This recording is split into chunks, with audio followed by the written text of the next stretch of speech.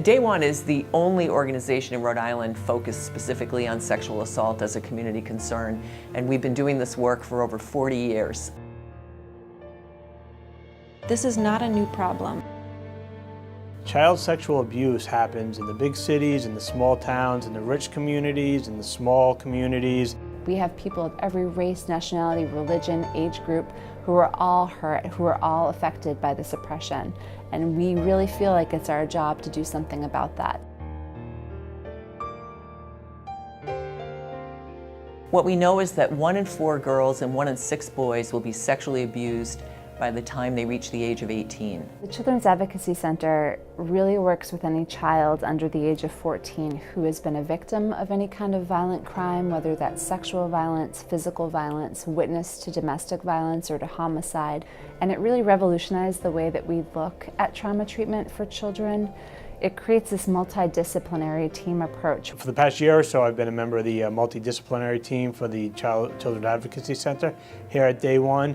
And it's really been eye-opening to see the many cases that come through Providence County specifically, and really the state, and how we address them from a team perspective. As a police officer, you're taught to deal with the bad guys. You're not taught to deal with the young victims. Once I was made aware of the CAC forensic interview process, I was sold. I saw, how much more the children could disclose in this environment, how much more comfortable it would be from a small child's perspective.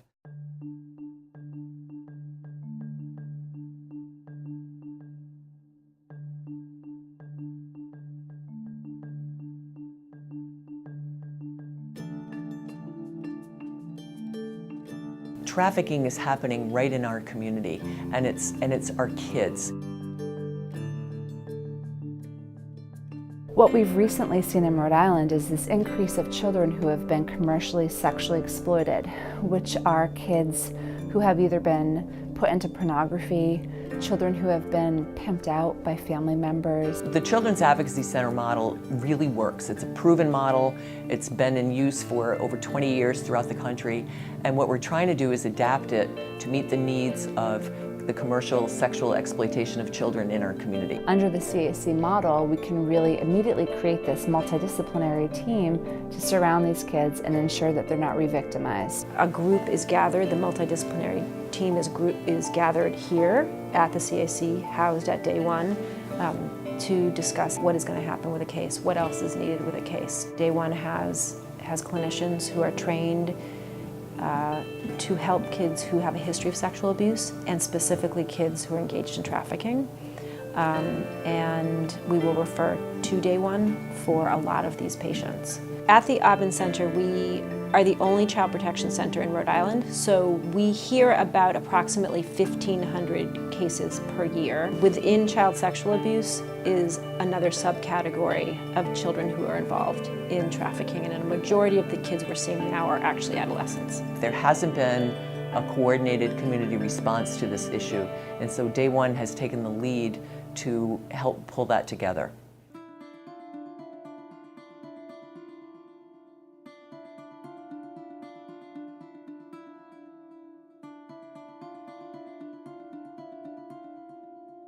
Consent is not just the absence of a no, but the presence of a verbalized yes. What we know is that 1 in 5 female students have experienced a sexual assault on college campuses. Even during the summertime while I'm on campus and it's very quiet on campus, I still don't always feel safe. What we've seen recently is a dramatic increase in the college students who are self-referring to us. I don't know if it's just the coming of age or if it's just the issues actually rising more on campus, but I feel that it is something that affects me and all of my friends. I think there's a fair amount of defensiveness on college campuses now because of the federal government shining the spotlight on this. I don't think that's necessarily a bad thing if we can get past it and collaborate, talk about it, put our cards honestly on the table. We are committed to working with these institutions to make our campuses as safe as we can.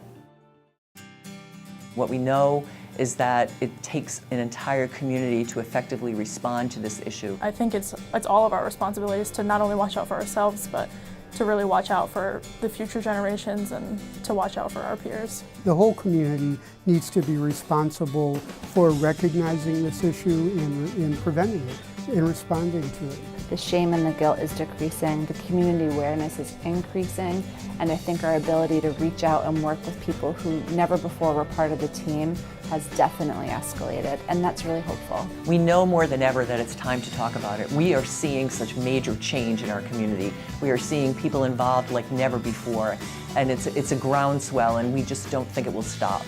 And we're very excited about that because we know this is the way we will stop sexual violence in our community.